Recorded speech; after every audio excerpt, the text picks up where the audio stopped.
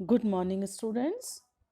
हम इतिहास विषय में बीए पाठ प्रथम का विश्व इतिहास के बारे में चर्चा कर रहे हैं। आज के हमारा इस व्याख्यान में औद्योगिक क्रांति के परिणाम पे हम चर्चा करेंगे। औद्योगिक क्रांति के बारे में इसके पहले वाले वीडियो में हम आपसे चर्चा कर चुके थे। आज इसके परिणामों के बारे में हम चर्चा करेंगे। औद्योगिक क्रांति क्या थी? जो मशीनों का निर्माण हुआ था और जिनके द्वारा पुरानी व्यवस्था में परिवर्तन आ गया था। साथ ही हाथ का काम है वो कम हो गया था और घरेलू उत्पादन पद्धति का स्थान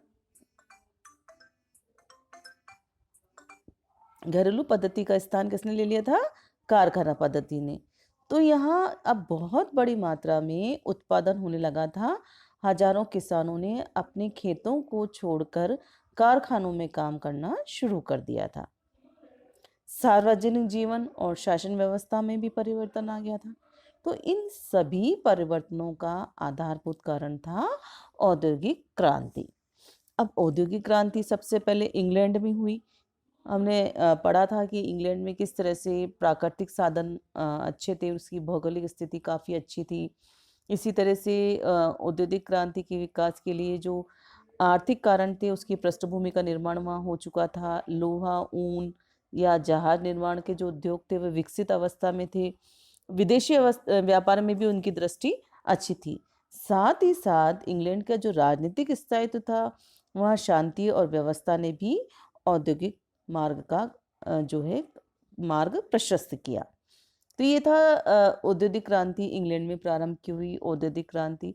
अब इसके कारणों के ऊपर भी हमने चर्चा कर ली थी। हमने इसमें पहले वाले वीडियो में हमने पढ़ा था कि किस तरह से भौगोलिक खोजों की वजह से नए नए राज्यों का या नए नए स्थानों का पता चला था और दूसरे देशों के संपर्क में आए थे। और जब नई नई इन लोगों से व्यापार वाणिज्य शुरू हुआ था तो उन्हें भी बड़ी मात्रा में उत्पादन की आवश्यकता का अनुभव हुआ था। साथ ही साथ जनसंख्या में भी वृद्धि हो गई थी और उनके रहन सहन में भी वृद्धि हो गई थी। तो इनके रहन सहन और जनसंख्या में वृद्धि की वजह से जो है अधिक मांग की आवश्यकता हुई, दैनिक उपयोग की मांग की आवश्यकता। तो ये सारे कारण थे जो औद्योगिक क्रांति के कारण बने।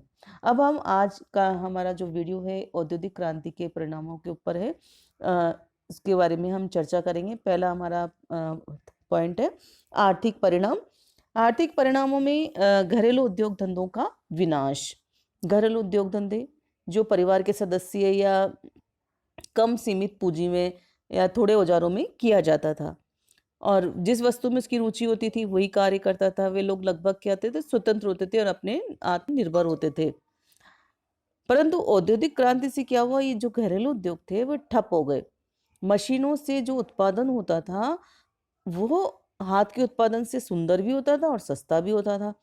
तो इससे क्या जो घरेलू उत्पादन की वस्तुओं के ग्राहक थे अब कम हो गए थे और कुटीर उद्योगों में काम करने वाले कारीगर बेकार हो गए थे। आजीविका के लिए इन स्वतंत्र एवं दक्ष कारीगरों को कारखाने में मजदूरी करने के लिए अब विवश होना पड़ा। बड़े कारखानों की स्थापना हुई। एक परिणाम ये निकला। शुरू में तो क्या था? छोटे छोटे कारखानों की स्थापना हुई थी, लेकिन धीरे धीरे अधिक मुनाफा कमाने की दृष्टि से बड़े कारखाने और मशीनें लगाई गई और ये सक्सेस भी हुए। तो ऐसे कारखाने बने जहां हजारों लोग एक साथ काम करते थे। साथ ही साथ मजदूरों के अलावा ऐसे लोग भी रखे गए जो काम को मैनेज करते थे। बड़े कारखानों में फैक्ट्री पद्धति अपनाई गई। एक ही काम कारखाने में असंख्यक लोग एक साथ काम करते थे। साथ ही उनके काम का विभाजन भी किया गया। एक परिणाम ये निकला, इसमें विशेषता का विकास हुआ। एक्चुअली क्या होता था? कोई भी जब काम करते थे तो वो व्यक्ति शुरू से घरेलू उद्योग धंधों में तो वो एक व्यक्ति के द्वारा ही बनाई जाती थी। लेकिन अब क्या हुआ? इस पद्धति में व्यवस्था बदल गई। अब प्रत्येक व्यक्ति को एक ही वस्तु का छोटा मोटा काम करने को दिया जाता था और दूसरा व्यक्ति दूसरा काम करता था। उदाहरण के लिए हम कह सकते हैं, जैसे मान लीजिए कोई गाड़ी का निर्माण हो रहा है तो एक जगह उसके पार्ट्स बनेंगे, एक जगह इंजन, एक जगह उसके व्हील्स बन रहे हैं, एक जगह उसकी बॉडी, फिर वो बेचने के लिए अन्य स्थान पर आ रही है। तो इस तरह से अलग अलग लोग अलग अलग काम कर रहे हैं। तो इस तरह से क्या हुआ? विशेषता का विकास हुआ। नए नगरों का भी विकास हुआ। नए नगरों का विकास कैसे हुआ कि जहाँ-जहाँ ये कारखाने स्थापित हुए, वहाँ-वहाँ लोगों ने अपने घरों को बसा लिया, उसके आस-पास घरों को बसा लिया। साथ ही साथ क्या जो दुकानदार भी थे, वे भी वहाँ आकर बस गए। तो इस प्रकार इस औद्योगिक केंद्रों से आस-पास नवीन नगरों का विकास हुआ। राष्ट्रीय बाज़ारों को संरक्षण मिला। कैसे? राष्ट्रीय बाज़ारों को संरक्षण मतलब उस पर आवश्यक हो गया है कि विकसित देश के लिए कि उस पर नियंत्रण रखें। अब क्या है? राष्ट्रीय उत्पादन को महत्व दिया जाने लगा।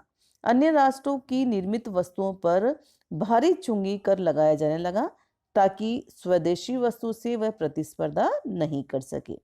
और अगर करे भी तो जो भी अधिक मुनाफा न कमा सके, परंतु अपने देश में उत्पादित माल को अपने ही देश में यदि खपाना या मतलब बेचना असंभव हो गया, तो पिछड़े और अविकसित देशों की जो मंडियां हैं, उनकी तलाश भी की जाने लगी।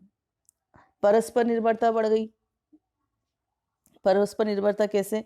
पहले तो क्या होता था कि ज़रूरतें कम थी, तो प्रत्येक देश अपनी आवश्यकताओं की पूर्ति खुद ही कर लेता था। यातायात के साधन भी नहीं थे, तो एक स्थान से दूसरे स्थान पर पहुँचना भी सरल काम नहीं था। लेकिन अब क्या है, सभी बाज़ार एक-दूसरे से जुड़ गए।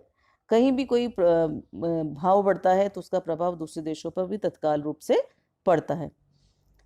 तो इसमें क्या था कि जो पिछड़े देश थे, उनसे कच्चा माल चाहिए था और पिछड़े देशों को भी तैयार माल चाहिए था। तो एक प्रकार से इस औद्योगिक क्रांति ने सभी को एक-दूसरे पर निर्भर बना दिया। तो ये थे हमारे आर्थिक प्रभाव या परिणाम। सामाजिक प्रभाव भी पड़े। एक्चुअली जहाँ आर्थिक प्रभाव पड़े, उसके साथ ही इसके सामाजिक प्रभाव भी पड़े।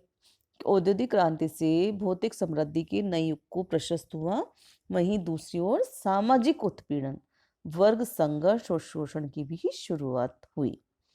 सबसे मेन कारण था इसमें मध्यम वर्ग का उदय।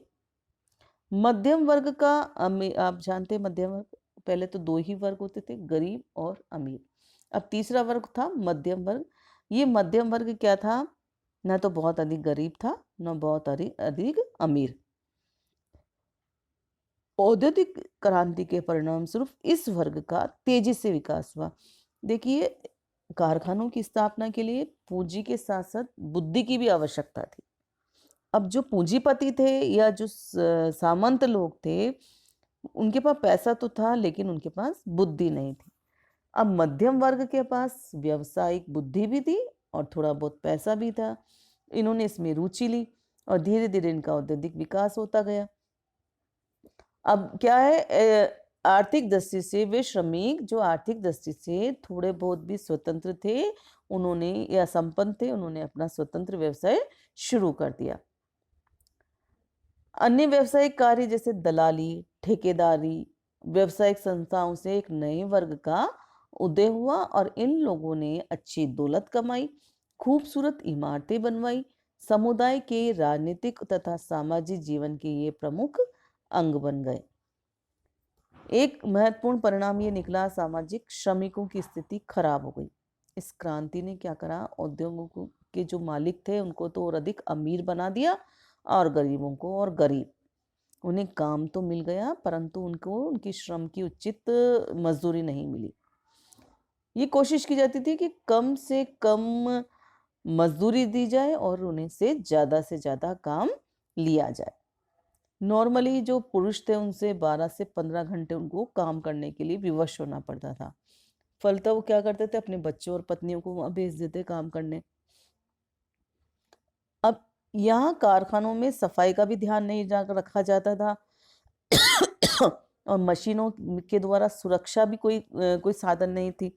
तो जो दुर्घटनाएं होती थी उसमें किसी प्रकार की उनको राहत भी नहीं मिलती थी।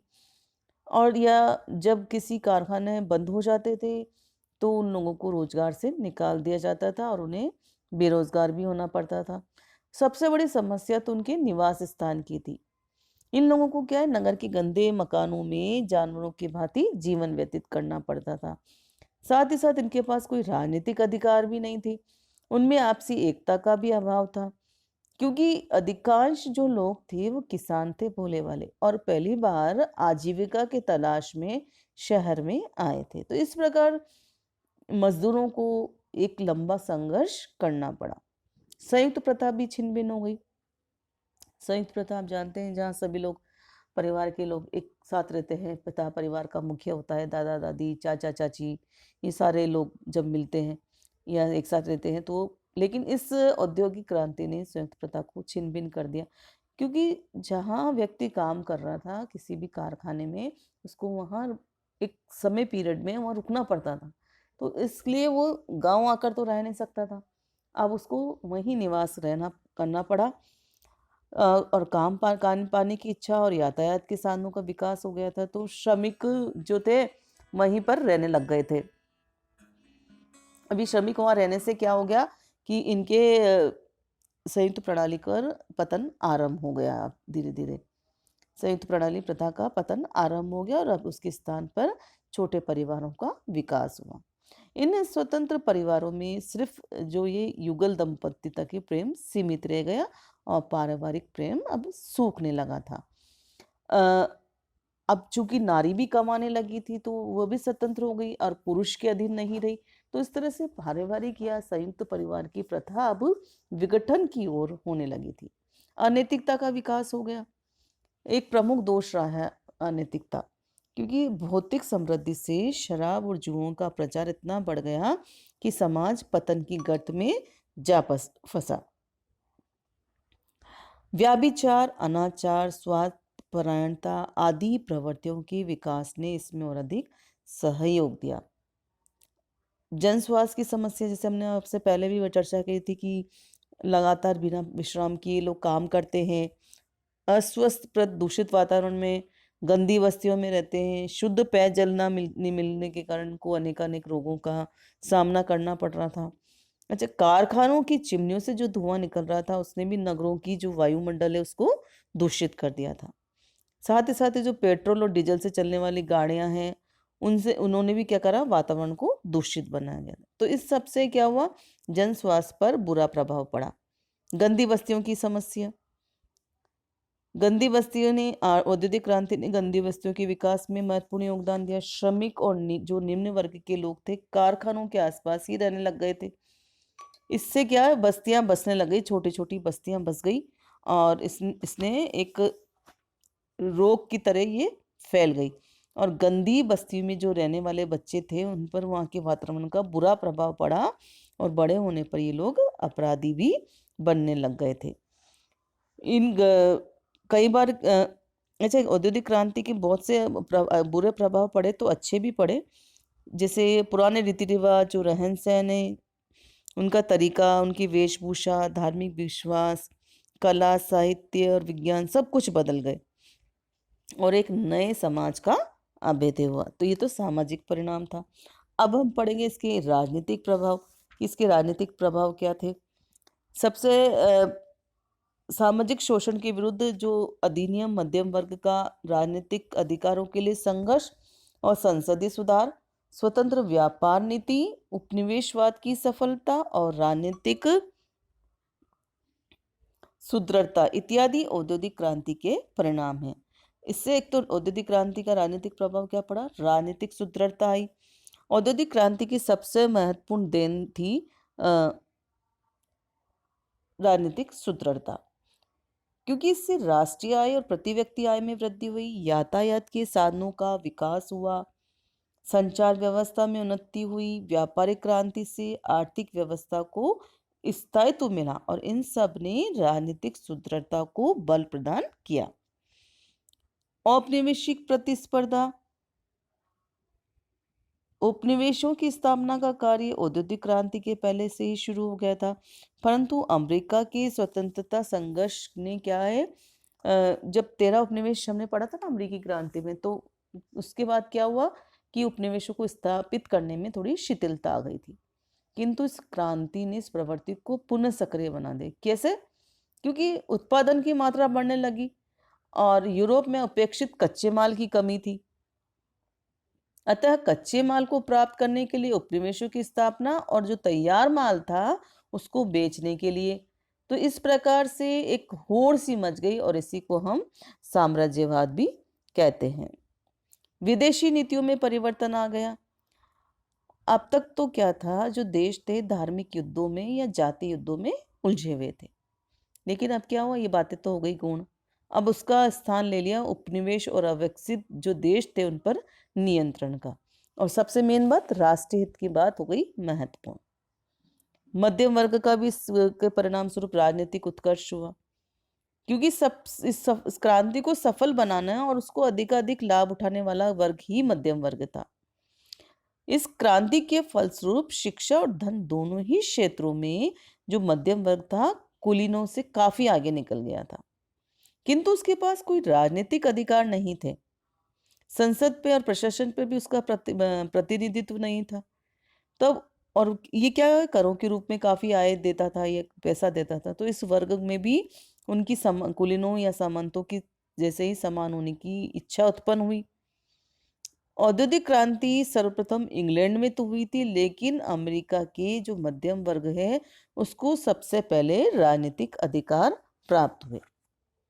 एक प्रभाव ये पड़ा श्रमिकों को का संघर्ष और उसमें उसको सफलता मिली। जैसे हमने पहले भी चर्चा की थी कि किस तरह से उनको घंटों घंटों तक काम करना पड़ता था। तो लगातार इसके लिए कानून बनते गए और उनमें कानूनों में उनके समय को निश्चित कर दिया गया।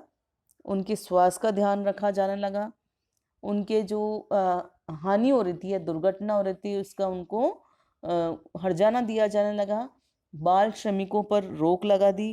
तो इसके लिए कई यूनियनें भी स्थापित हुई और ये मांग की गई कि इनकी स्थिति में सुधार हो, और वो सफल भी हुए।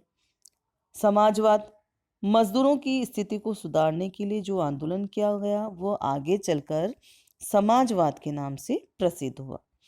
इस समाजवाद का अर्थ था समाज में समानता को स्थापित करना, और समानता मतलब आर्थिक और राजनीतिक समानता, अवसरों की समानता, समान कार्य और समान वेतन।